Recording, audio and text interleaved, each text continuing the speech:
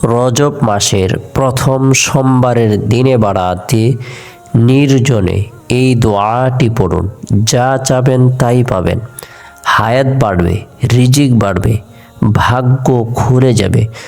রজব মাস এটি অত্যন্ত পবিত্র একটি মাস, ফজিলতপূর্ণ একটি মাস, মাহাত্ম্যপূর্ণ একটি মাস, তাৎপর্যপূর্ণ একটি মাস, সম্মানিত একটি মাস।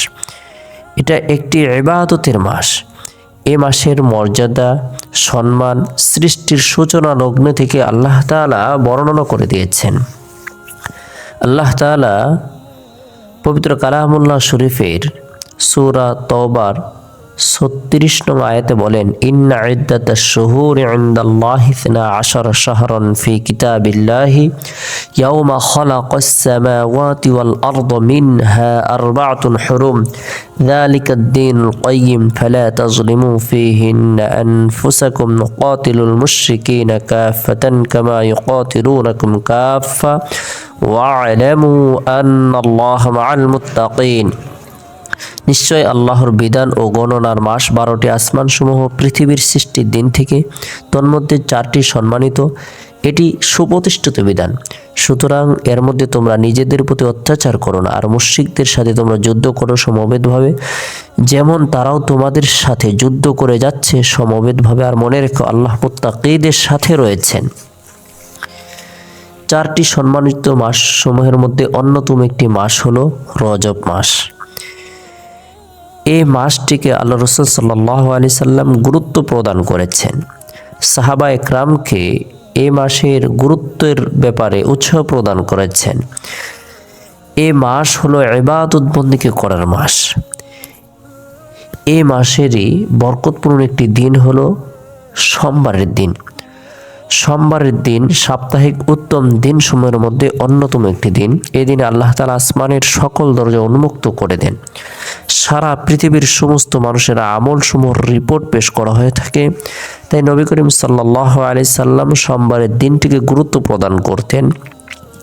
এদিনে নফল রোজা রাখতেন। আমরাও যদি এই দিনটিকে গুরুত্ব প্রদান করি, এদিনে নফল রোজা রাখি, এদিনে নফল ইবাদত বন্দেগী করি, তাসবিহ তাহলিল পাঠ করি, রব্বুল আলামিনের দরবারে রোনাজারি করি, আল্লাহ পাক রব্বুল আলামিন আপনার আমার জীবনের সকল গুনাহগুলোকে মাফ করে দিবেন। আল্লাহ তাআলা আপনার আমার চাওয়া পাওয়াগুলোকে পূরণ করে দিবেন। বরকতপূর্ণ এই দিনে ফজরের নামাজ সম্পূর্ণ করার পর গুরুত্ব সহকারে গুনাহ মাফের উদ্দেশ্যে তওবার নিয়তে 100 বার ইস্তিগফারের আমল করব। আস্তাগফিরুল্লাহ রাব্বি মিন কুল্লি যামবি ওয়া আতুবু ইলাইহি। আল্লাহ তাআলা জীবনের সগীরা কবিরা, জাহিরি বাতিনি, শিরিক বিদআত, ইচ্ছা অনিচ্ছা, গোপনে প্রকাশ্যে সকল গুনাহগুলোকে মাফ করে দিবেন। তাই ইস্তিগফারের আমল করব। এরপরে সোমবারের দিন জোহরের নামাজ সম্পূর্ণ করার পর সুবহানাল্লাহ 33 বার, আলহামদুলিল্লাহ 33 বার, আল্লাহু আকবার 34 বার এই তাসবিহ তাহলিল তাকবীর পাঠ করব। এরপরে সোমবারের দিন আসরের নামাজ সম্পূর্ণ করার পর নির্জনে বসে রাসূল সাল্লাল্লাহু আলাইহি সাল্লামের শিখানো বরকতপূর্ণ এই দোয়াটি আমরা গুরুত্ব সহকারে আমল করব।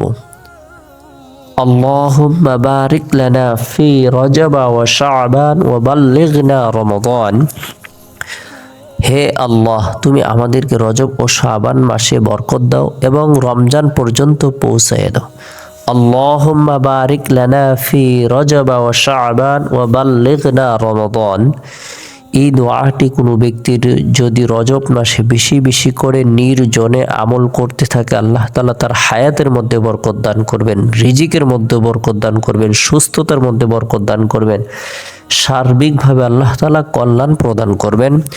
রাসূলুল্লাহ সাল্লাল্লাহু আলাইহি সাল্লাম নিজেও এই আমল করেছেন, সাহাবা একরামকে আমল করার ব্যাপারে উৎসাহ প্রদান করেছেন, তার দরদি উম্মতদেরকে আমল করার ব্যাপারে উৎসাহ প্রদান করেছেন। তাই আমরা গুরুত্ব সহকারে বরকতপূর্ণ এই দোয়াটি আমল করব। পরিবার পরিজনদেরকেও আমল করার ব্যাপারে উৎসাহ প্রদান করব। কলিজার টুকরা মা বোনেরা, আপনারা প্রত্যেকেই আমল করবেন, সন্তানদেরকে আমল করার ব্যাপারে উৎসাহ প্রদান করবেন।